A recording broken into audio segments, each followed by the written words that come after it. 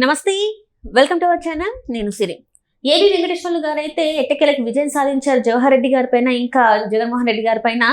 High court ఇచ్చిన తీర్పు వల్ల మరి వాళ్ళు మళ్ళీ సర్వీస్ లోకి జాయిన్ అవుతారా లేదనేది చూడాలి. మరి ఈ అంశాన్ని మనకి వివరించడానికి మనతో పాటు ఉన్నారు ప్రముఖ senior journalist and political analyst CS Rao గారు. నమస్కారం సార్. నమస్తే సార్, ఇప్పుడు ఏబి వెంకటేశ్వర్లు గారు అయితే ఎట్టకేలకు విజయం సాధించారు హైకోర్టులో. అంటే ఎవరి మీద అంటే జవహర్ రెడ్డి గారు ఇంకా జగన్మోహన్ రెడ్డి గారి పైన. మరి ఇప్పుడు హైకోర్టు ఇచ్చిన తీర్పు వల్ల సర్వీస్ లోకి మళ్ళీ తను అంటే వచ్చే అవకాశాలు ఉన్నాయా లేవా? ఎందుకంటే మళ్ళీ ఇప్పుడు తను రిటైర్మెంట్ కి దగ్గర ఉన్నారు కాబట్టి మరి సర్వీస్ లోకి వచ్చే అవకాశం ఉందా లేదా?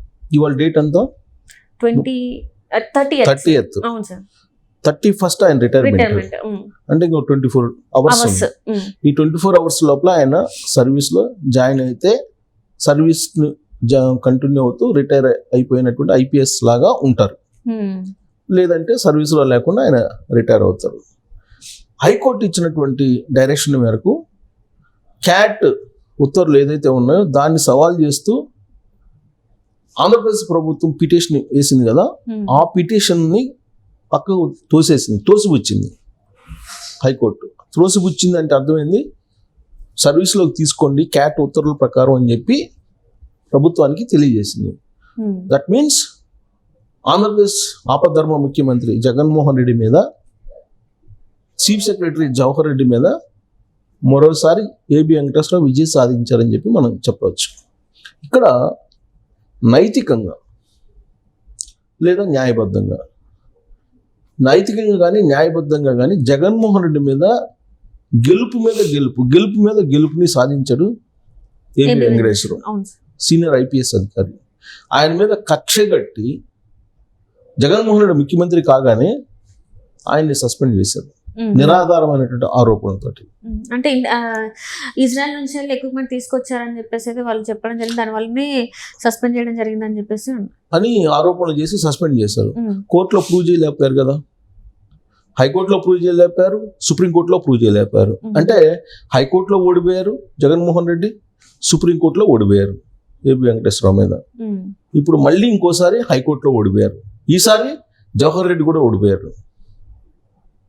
ఎందుకు ఓడిపోయారు అని అంటే, ఇప్పుడు 4.5 సంవత్సరాల నుంచి ఆయన చేస్తున్నటువంటి న్యాయ పోరాటం ఏదైతే ఉందో అది కూడా ఆయన చేస్తున్నటువంటి పోరాటంలో ఎక్కడ కూడా డీవియేషన్ లేదు. పక్కాగా చట్టబద్ధంగా న్యాయబద్ధంగా పోరాడారు ఆయన. ఆ పోరాటంలో జగన్మోహన్ రెడ్డి మీద విజేతగా నిలిచారు. ఇది జగన్మోహన్ రెడ్డికి తల దించుకునేటువంటి పరిస్థితి. ఎందుకంటే జగన్మోహన్ రెడ్డికి నైతికంగా ఓటమి అనేది మరొకటి ఉండదు. ఘోరమైనటువంటి ఓటమి జగన్మోహన్ రెడ్డికి ఉంది. ఏబి వెంకటేశ్వరరావు విజయం సాధించారు. సరే, ఆయన సర్వీస్లో తీసుకుంటాడా తీసుకోడా, ఇప్పుడు ఆయన మ్యాక్సిమం ఆయనకు ఉండేటువంటి విశిష్టాధికారాలను కూడా ఉపయోగించి ఏబి వెంకటేశ్వరరావుని సర్వీస్లోకి తీసుకోకుండా ఆపద్ధర్మ ముఖ్యమంత్రిగా కూడా ఉండి ఆయన ప్రయత్నం చేశారు. ఎవరి ద్వారా? జవహర్ రెడ్డి ద్వారా. జవహర్ రెడ్డి ఒక సీనియర్ ఐఏఎస్, ఆయనకి తెలియదు కదా, ఆయన ఆలోచించాలి కదా. ఆపద్ధర్మ ముఖ్యమంత్రి చెప్తే ఓరల్గా చెప్తే వినొచ్చా వినకూడదా అనేది ఆలోచించాలి కదా ఒక సీనియర్ ఐఏఎస్ అధికారి. కానీ ఓరల్గా జగన్మోహన్ రెడ్డి చెప్తే విన్నటువంటి chief secretary Jawahar Reddy cat ఇచ్చినటువంటి ఉత్తర్వులను సవాల్ చేస్తూ హైకోర్టులో పిటిషన్ వేశారు. అసలు ఎవరు చెప్తే వేశారు? జగన్మోహన్ రెడ్డి చెప్తే నువ్వు ఆన్ రిటర్న్ కనుక పేపర్ డాక్యుమెంట్లో ఆన్ రిటర్న్ ఫైల్ సంతకం పెట్టి నువ్వు కనుక పిటిషన్ సవాల్ చేయి ఈ ఉత్తర్వుల మీద అని చెప్తే నువ్వు సవాల్ చేస్తే అప్పుడు జగన్మోహన్ రెడ్డి జవహర్ రెడ్డి ఇద్దరు ఎలా న్యాయబద్ధంగా వాళ్ళు వ్యతిరేకంగా చేశారో అర్థమవుతుంది. కానీ ఇప్పుడు జగన్మోహన్ రెడ్డి ఏమో ఎస్కేప్ అయ్యాడు, జవహర్ రెడ్డి ఏమో ఇరుక్కున్నాడు. అయినప్పటికీ అందుకే నేను అంది, నైతికంగా న్యాయబద్ధంగా ఏబి వెంకటేశ్వరరావు జగన్మోహన్ రెడ్డి మీద మరొకసారి విజయం సాధించారు. ఇక ఆయన సర్వీస్లో తీసుకుంటారా లేదా అనేది. ఇక ఇప్పుడు కూడా హైకోర్టు కూడా ఆ పిటిషన్ కొట్టిపడేసి తోసిపుచ్చింది అని అంటే సర్వీసులోకి ఖచ్చితంగా తీసుకోవాలి. ఇప్పటికే ఏబి వెంకటేశ్వరరావు ఎన్నికల కమిషన్కి లెటర్ రాశారు, గవర్నర్ కూడా లెటర్ రాశారు. ఇప్పుడు హైకోర్టు ఈ పిటిషన్ తోసిపుచ్చింది కాబట్టి ఇమీడియట్గా ఒక డైరెక్షన్ ఇవ్వాలి ఎలక్షన్ కమిషన్. సర్వీసులోకి ఏబి వెంకటేశ్వరరావుని తీసుకోండి అని చెప్పి ఒక డైరెక్షన్ ఇవ్వాలి. ఆ డైరెక్షన్ ఇచ్చినప్పటికీ కూడా తీసుకోకపోతే ఖచ్చితంగా చీఫ్ సెక్రటరీ మీద చర్యలు తీసుకునేటువంటి దానికి అవకాశం ఉంది. సో ఇప్పుడు ఇమీడియట్ గా ఎలక్షన్ కమిషన్ ఇన్వాల్వ్ కావాలి. ఎలక్షన్ కమిషన్ ఇన్వాల్వ్ అయితే కనుక అప్పుడు ఈ సమస్యకి పరిష్కారం లభిస్తుంది. అలా కాకుండా మళ్ళీ ఇప్పుడు హైకోర్టు ఈ పిటిషన్ తోసిపుచ్చింది కాబట్టి మళ్ళా సుప్రీంకోర్టుకి కనుక వెళ్తే చీఫ్ సెక్రటరీ అప్పుడు మళ్ళీ పెండింగ్ పడేటువంటి అవకాశం ఉంది. సో యాజ్ ఆఫ్ నౌ గురువారం రోజు హైకోర్టు, ఆంధ్రప్రదేశ్ హైకోర్టు ఇచ్చింది ఏంటంటే క్యాట్ ఇచ్చినటువంటి ఉత్తర్వుల్ని యాజ్ ఈజ్గా మీరు ఇంప్లిమెంట్ చేయండి అన్నాడు. క్యాట్ ఇచ్చినటువంటి ఉత్తర్వులు ఏంటి?